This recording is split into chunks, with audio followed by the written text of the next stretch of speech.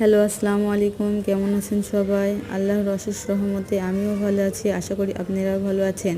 আমার এই ফুলকারির রান্না এটা পাক্কা আড়াই গজ আছে। এটা প্রাইড কটনের হবে, রং কস গ্যারান্টি।